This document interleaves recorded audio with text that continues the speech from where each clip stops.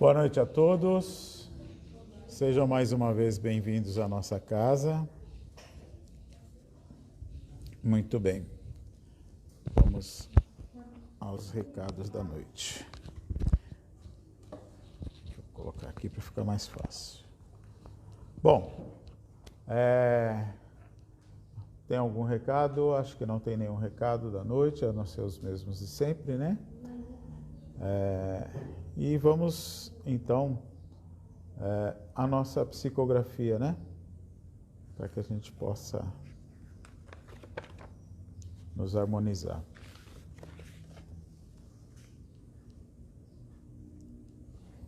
Bom, deixa eu pegar meu olho aqui. Bom, vamos lá. Se Deus é por nós, quem será contra nós? Conhecem esse versículo, é muito difundido, mas não é acreditado. O mesmo Pai que nos criou, também criou os demais. O medo nos paralisa, não só o corpo, mas também o interior. Que tristeza vermos tanta violência, tanta criminalidade. Meus irmãos, Jesus olha por esses infelizes e os ama. Nós não sabemos porquê de tanta dor. Pensem como vivem esses irmãos indigentes, infelizes e tristes. Nada é para eles colorido, tudo é preto e branco. Nós aqui trabalhamos mais em favor deles, pois nada tem a não ser um minuto de prazer. Como vamos caminhar quando tantos se levantam? Pai Criador, nos coloque também no seu caminho. Tenho tanta dor por eles, pois também já fui assim. A droga nos domina. Não temos nem noção do certo e do errado. Só pensamos nela e vivemos por ela.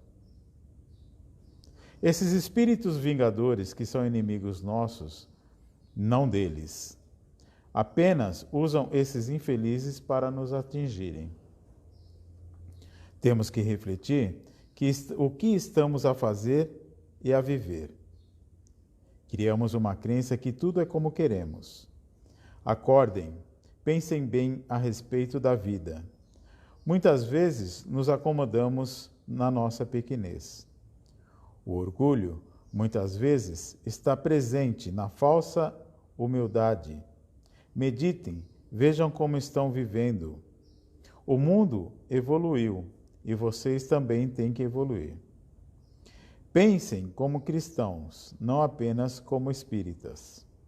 Acordem, o mundo está girando. A acomodação passará muito em nossa consciência. Irmãos, vamos lembrar que o Cristo foi considerado um revolucionário para a sua época. Analisem e pensem um pouco mais acima. Não se acomodem. Cresçam. O progresso é para todos. Um abraço, José Carreiro. Essa mensagem foi recebida aqui na nossa casa no dia 14 de setembro. Bom, vamos então à nossa prece. E aproveitando para envolver o nosso irmão Alexandre, que vai proferir a palestra desta noite, e que nós possamos aprender, né, ainda mais.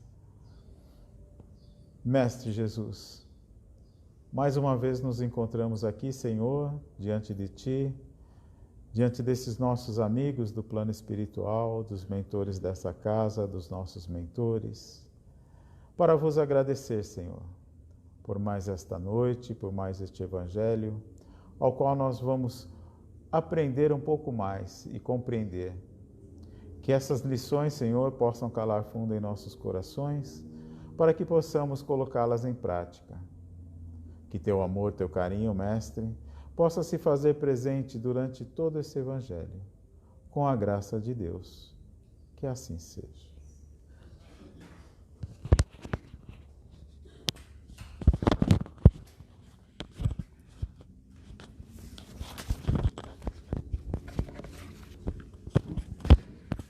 Ajeitar o microfone aqui.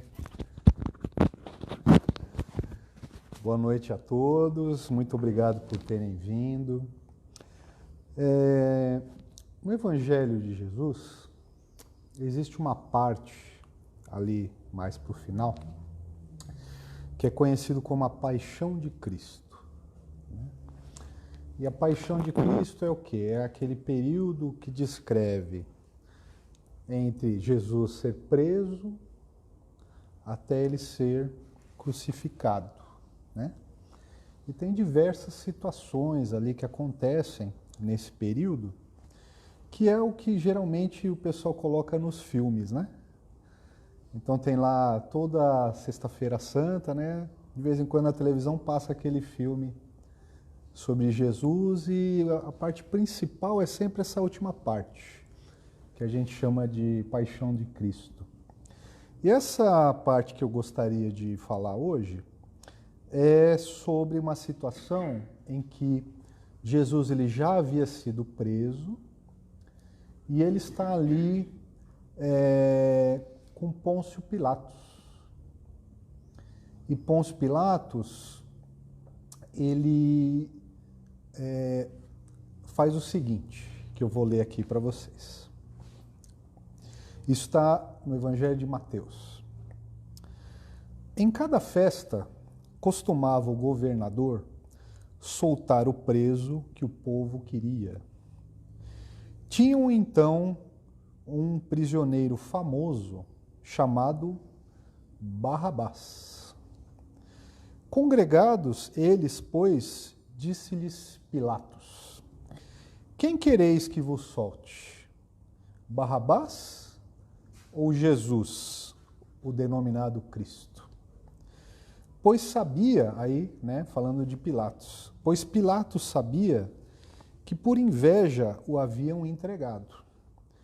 Estando ele sentado no tribunal, enviou-lhe sua mulher, ou seja, a mulher do Pilatos, dizendo: nada haja entre ti e esse justo, pois muitas coisas experimentei hoje em sonho por causa dele.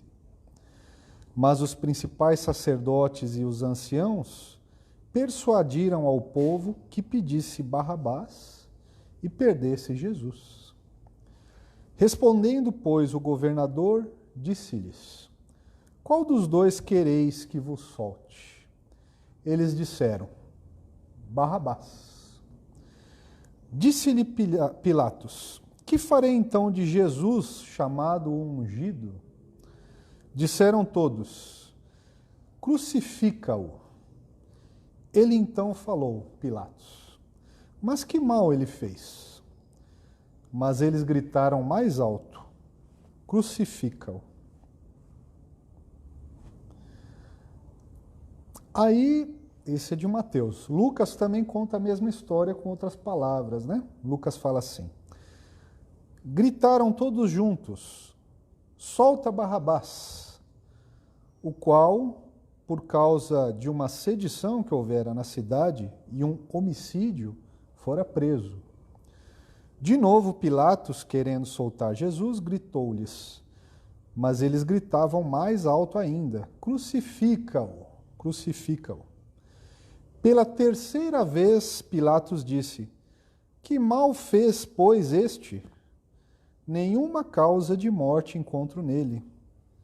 Castigando-o, portanto, eu o soltarei.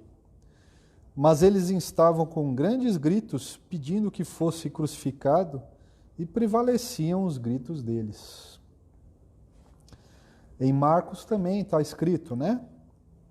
Havia o chamado Barrabás algemado com os outros presos, os quais em um motim cometeram um homicídio. E levantando-se o povo começou a pedir, como lhe fazia. Pilatos então disse: quereis que solte o rei dos judeus? Porque sabia que por inveja o havia entregado os principais sacerdotes. Contudo, os sacerdotes agitaram o povo para que soltasse Barrabás. Mas Pilatos, respondendo de novo, disse-lhes: que farei então do assim chamado rei dos judeus? E eles disseram: crucifica-o. Então Pilatos disse: mas que mal fez ele? Mas o povo gritou ainda mais alto: crucifica-o. E está em João também a mesma história, mas eu não vou ler para não ficar repetitivo, mas... então a gente vê que é uma história que deve ter calado muito fundo, né? Porque se os 4 evangelhos descrevem, né? E primeiro tem algumas curiosidades históricas, né? Que a gente fala Barrabás, mas na verdade o nome da pessoa era Bar-Abas. E a gente juntou e colocou, né? Barrabás, aportuguesando, né? E Bar-Abas significa filho do pai, que era um nome comum para a época, né? Muitas pessoas tinham esse nome. E como está descrito lá, quando existia uma festa na cidade, era o costume do governador soltar um preso, né? Por um ato assim de piedade, né? A gente faz isso aqui no Brasil, né? Tem lá o Dia das Mães, solta o preso, Dia dos Pais, Natal, né? Inclusive, muitos voltam, né, para a cadeia, de forma até impressionante, né? Mas outros não voltam. E quando a gente lê o Evangelho, a gente percebe que o Pilatos, ele fez quase tudo que estava ao alcance dele para libertar Jesus, né? Então, os sacerdotes levaram Jesus uma primeira vez. Pilatos disse que não via mal nenhum naquele homem, que era para libertar ele. Aí os sacerdotes lá não ficam satisfeitos, aí levam Jesus para falar com Herodes, que era o rei, né? Porque a situação daquela terra lá era meio diferente, porque eles tinham o rei judeu, que era o Herodes, e tinha o governador romano, que era nomeado por Roma, porque aquela terra ali naquela época era dominada pelos romanos. Mas os romanos, eles permitiam que os povos mantivessem os costumes deles. Eles não exigiam que aquelas pessoas virassem romanos, adotassem a religião romana, os costumes romanos. Não, eles permitiam que as pessoas permanecessem com as suas tradições. Só que o governador, eles nomeavam um governador para a região. E aquele governador da época era o Pôncio Pilatos. Então, quer dizer, o rei Herodes era o rei, mas ele não mandava nada. Quem mandava era o Pilatos. E a única pessoa com poderes para condenar alguém à morte era o governador romano. Os sacerdotes judeus, eles não tinham esse poder. Eles não podiam condenar ninguém à morte. Por isso que eles levaram Jesus para o Pilatos. Porque se eles pudessem, eles já tinham matado direto. Eles nem iam perguntar por Pilatos. Mas, segundo a lei romana, eles tinham que pedir, né, para o governador. Aí Pilatos manda soltar Jesus, eles levam para o Herodes, que é o rei. O Herodes, ele tenta se aproveitar da situação, né? Porque Jesus era uma pessoa muito querida pelo povo já. Tanto é que a gente tem que lembrar que quando ele chegou em Jerusalém, existe o que a gente chama do Domingo de Ramos, né? Ele chega num burrico e as pessoas colocam aqueles ramos para Jesus passar por elas. Então ele já era uma pessoa muito querida pelo povo. Aí o rei também fala, né? Não, eu não vou condenar ele à morte, porque ele tinha receio que ele ficasse mal com o povo. Aí eles levam de novo lá Jesus para o Pilatos e tá essa situação. Aí Pilatos tem uma ideia, né? Porque lembra que a mulher dele já tinha mandado um emissário falar, olha, não... ele é um homem justo, eu tive sonhos com ele, né? E ele é um homem justo, ele não é um homem mau. Ele não deve ser condenado à morte. Aí Pilatos tem uma ideia, né? Ele fala, eu vou pegar aqui o pior bandido que tem aqui, que está preso, e vou pôr os dois. Aí, né, entre Jesus e esse homicida, e falo para o povo escolher. Lógico que o povo vai escolher Jesus. Aí eu, né, fico bem, eu não tenho problemas, né? Porque se os sacerdotes vierem me cobrar, eu falo, não, mas o povo escolheu. Liberta Jesus. Só que daí o que acontece? O pessoal escolhe o Barrabás, né? Nessa pequena situação, a gente consegue ver ali muitas coisas, muitos atos e muitos sentimentos que são comuns a todos os seres humanos, né?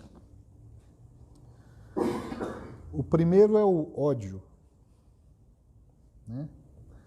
Então, os sacerdotes, eles por se sentirem ameaçados, né, naquela posição que eles tinham, eles queriam que aquela pessoa, no caso Jesus Cristo, sofresse, e sofresse exemplarmente. Porque a crucificação era o pior castigo que existia. Era um método reservado apenas para os piores crimes que fossem cometidos, né? Então, eles pediram a pior punição. É como se a gente pedisse, por exemplo, a pena de morte por uma pessoa, um criminoso. Nós temos também ali a inveja, né? Então, os sacerdotes, eles tinham inveja de Jesus, porque o Cristo, Jesus, ele tinha o amor das pessoas. E os sacerdotes, eles tinham o medo, né? Então, Jesus, ele congregava as pessoas pelo seu amor, pela sua fraternidade. E os sacerdotes era pelo medo. Temos também o orgulho, porque eles não conseguiam ou não podiam admitir que um simples homem vindo lá da Galileia, que era a província mais pobre que tinha lá, né?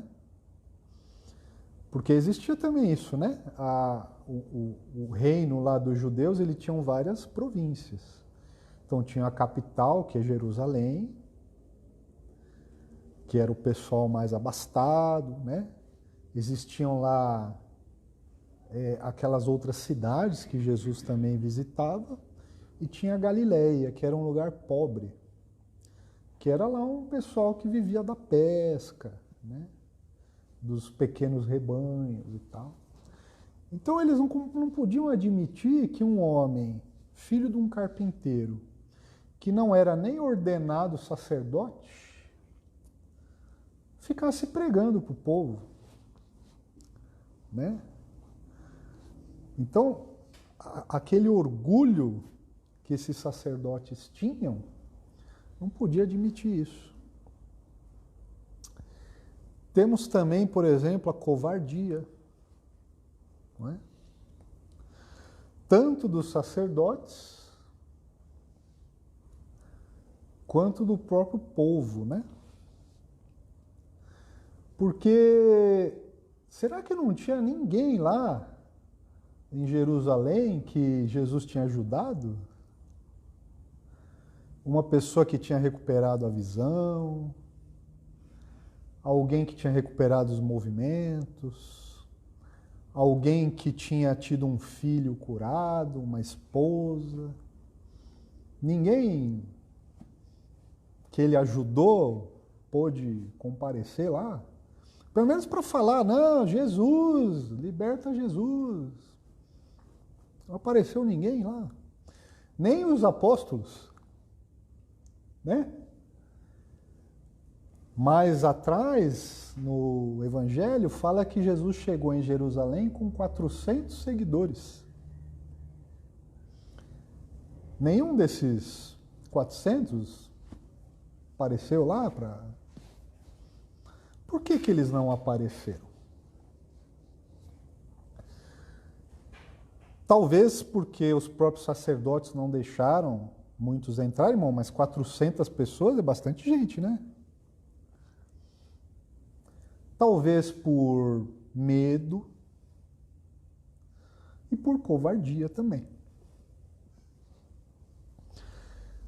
E todas essas nossas atitudes nós temos, né? Nós temos o ódio. A pessoa não é de acordo com o que eu penso, então eu já começo a odiar a pessoa. Né? Não preciso nem dizer sobre esse período que nós estamos passando no Brasil aí. Né? Temos a inveja, né? A pessoa está certa, ela está fazendo um bom trabalho, tá? Mas eu... né? Não vou ficar dando mais gás ainda. Deixa ele lá. Né? Às vezes no trabalho a gente se comporta assim, né? A gente não gosta que o nosso colega lá seja elogiado, seja... Né? Temos o nosso orgulho, né? A gente gosta muito, às vezes, de jogar o diploma na mesa, né? Tem uma mãe lá que já criou não sei quantos filhos e tantos netos. Aí vem uma criancinha lá, ela fala, não, faz isso, faz aquilo. Ah, mas a senhora não é médica. O que a senhora sabe? A senhora não sabe nada. Não é isso? Aí a pessoa, às vezes, tem muito mais experiência do que o médico lá, que falou para a mãe fazer isso, fazer aquilo e tal. Mas a gente não aceita, porque, não, tem que ter um diploma, tem que ter alguma coisa lá. Né? E temos a nossa covardia também. Né? Porque, muitas vezes, a nossa relação com Deus, ela é comercial, econômica. Então a gente vai atrás dele querendo algum benefício. Né? Muitas vezes a gente ouve, você está continuando indo lá, tal, não, lá eu fui lá, mas minha vida não melhorou nada, continua a mesma coisa. Tá? A gente espera que Deus faça alguma coisa por nós em troca das coisas que nós fazemos por Ele. Então, aquele pessoal lá que foi ajudado, eles já tinham obtido a vantagem. Né? Já tinham voltado a enxergar, voltado a andar, a filha tinha sido curada, o marido, a mulher. Já tinham obtido o negócio. Vou lá defender Jesus? Mas não quero ficar mal com os sacerdotes, né? Melhor... Pô, mas ele curou sua filha aqui. Não, mas, né, pô, vai ficar mal para mim, né? Eu tenho coisa para fazer, tenho que cuidar aqui da minha casa. Cada um tem a sua desculpa. Nós, às vezes, não temos coragem nem de nos declararmos cristãos. Muitas vezes. Ou espíritas. A pessoa pergunta, você é o quê? Não, eu acredito em Deus. Tá. A gente tem vergonha de falar que é cristão. Não estou dizendo no caso das pessoas aqui, mas muitas pessoas agem assim, né? Dependendo do ambiente que a gente está, a gente não quer que as pessoas saibam que nós somos cristãos. Igual o povo lá que não foi defender Jesus, né? A gente escolhe o ambiente. Se está todo mundo lá que é mais ou menos o pessoal que vai entender, a gente fala, ah, não, eu sou cristão, sigo Cristo. Mas se é um outro ambiente, a gente já prefere não falar. Fica ali, né, na moita. Mas, voltando à passagem, qual seria o aspecto principal aqui dessa passagem do Evangelho? Qual é a atitude principal que a gente está falando?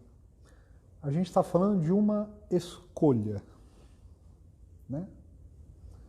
O Pilatos, ele propõe uma escolha para as pessoas. E aí é uma pergunta que eu proponho para mim mesmo e para vocês, né? Por que a gente escolhe o mal? Né? Por que entre uma situação boa ou ruim, uma atitude boa ou ruim, algo bom ou ruim, a gente escolhe o ruim, o mal, e não o bem? Por que a gente faz isso? Por que, por exemplo, ao invés de eu ter uma atitude calma, fraterna, tranquila, eu opto pela atitude violenta? Todos os dias acontece, bate o carro lá, eu saio do carro, já saio violento. Já saio ali, eu não posso perder, né? Eu quero ressarcir meu patrimônio. Se eu lembrar, eu pergunto, oh, você está bem? Machucou alguma coisa aí e tal, né? Então, essas escolhas entre o bem e o mal, elas são individuais e coletivas, né? Individualmente, a gente pode escolher o bom ou o mal para a nossa saúde, né? Eu posso escolher, por exemplo, entre um vício ou não ter aquele vício. Entre uma bebida ou não beber. E assim por diante, né? Nossa mente. Eu posso escolher uma atitude mais calma, mais tranquila, mais conciliadora, ou uma atitude mais violenta, mais raivosa, né? Eu posso escolher, por exemplo, entre um entretenimento bom ou um entretenimento pesado. Eu ligo lá a TV. O que tem na televisão? Só porcaria. Gente brigando, traições, crimes. E a gente gosta de ver, né? Olha a audiência desses programas lá. Filha mata a mãe para ficar com a herança. Motorista de carro é sequestrado e não sei o que. A gente fica ligadão lá para ver a história, para saber o que aconteceu. Tá, não sei o quê. Novela, por exemplo. O que é isso? Isso é um veneno, né? É uma poluição. É como se eu tivesse um copo d'água lá, eu pegasse uma água de uma sarjeta e tomasse aquela água diariamente. É o que eu faço com a minha mente, quando eu foco nesses entretenimentos violentos. Pornografia, né? Pega um celular lá, besteira, né? Você começa a ver lá um monte de bobeira, de besteira, lá você vai ver, você passou 1 hora e meia, só enchendo a sua mente de coisas inúteis, que não servem para nada. Do mesmo jeito, o nosso espírito, né? Eu tenho essa chance de escolher coisas boas ou ruins para o meu espírito, né? E coletivamente também. Isso também acontece. Nós tivemos aqui no Brasil, por exemplo, durante a pandemia, não sei se vocês já pararam para pensar nisso, mas qual foi a última coisa que começou, que iniciou, né? que funcionou? A última coisa que foi liberada para acontecer por causa da pandemia. As escolas. Foi a última coisa que abriu. Os bares abriram antes que as escolas. Jogos de futebol aconteceram antes que as escolas. Então, quer dizer, foi uma escolha do povo isso. As pessoas reclamaram que não tinha jogo de futebol, que não tinha que abrir os estádios, tal. Então, agora que nós vamos ver as consequências dessas escolhas coletivas ruins. A gente tem aqui no centro mesmo, o pessoal que vem de quinta-feira, crianças de 9, 10 anos que não sabem ler e escrever.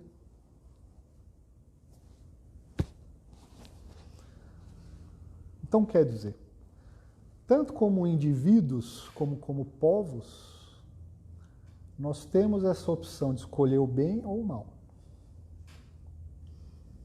E a gente escolhe o mal.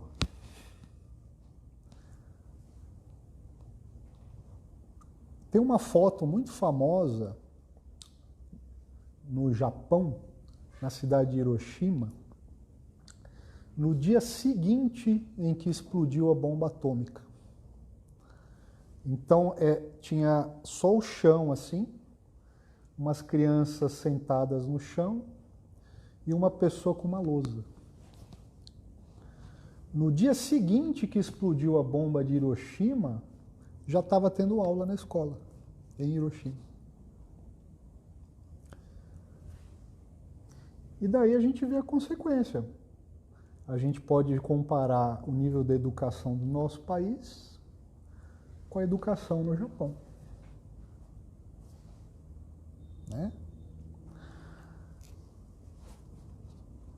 Aí a gente pode se perguntar qual é o balizador, quer dizer, qual é aquilo que me direciona para fazer as escolhas, em que eu posso me basear?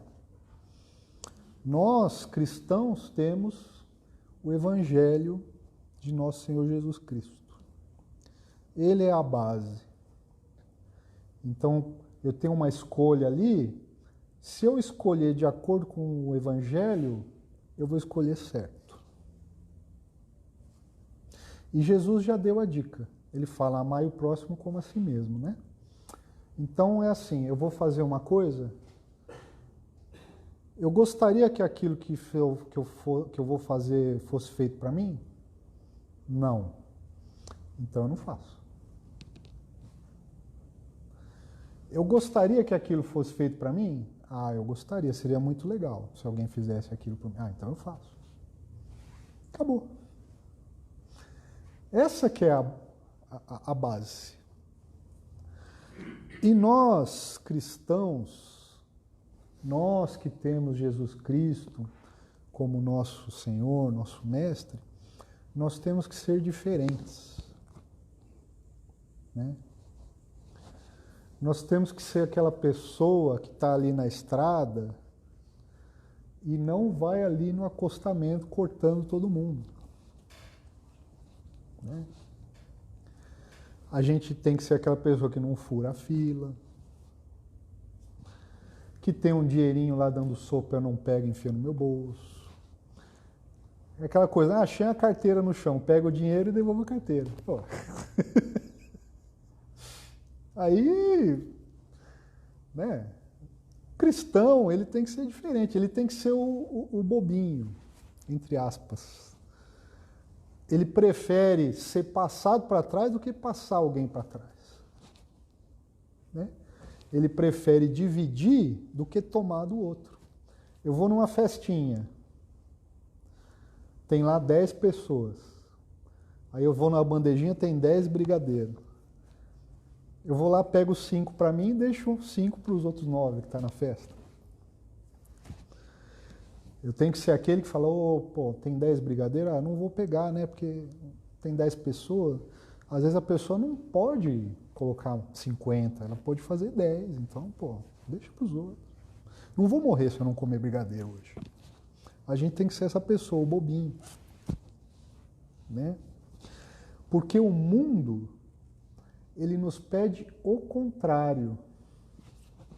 Ele nos pede que nós sejamos aqueles que passam o outro para trás.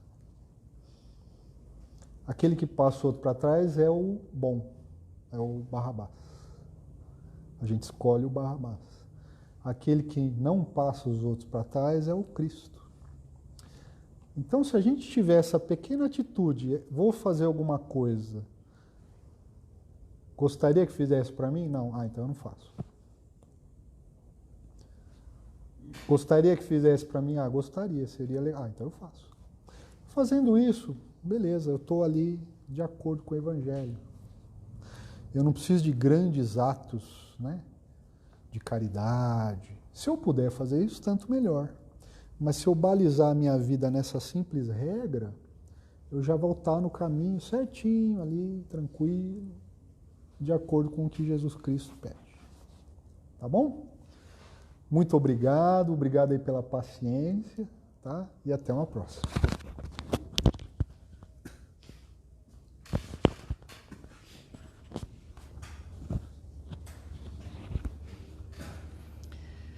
Então, mais uma vez, vamos elevar nossos pensamentos até o nosso Mestre Jesus e agradecer, Senhor, por mais essas lições que recebemos, por podermos estar aqui, reunidos em Seu nome, envolvidos com Seu amor, Mestre. Que essas mesmas bênçãos que agora recebemos, Senhor, possam ser redistribuídas por todos aqueles irmãos que se encontram carentes, se encontram necessitados, aqueles que se encontram em desespero, em aflições, aqueles que se encontram, enfim, Mestre, necessitados de Ti. Que as Tuas bênçãos, Senhor Jesus, possam nos envolver e nos acompanhar durante toda essa semana, com a graça de Deus. Que assim seja.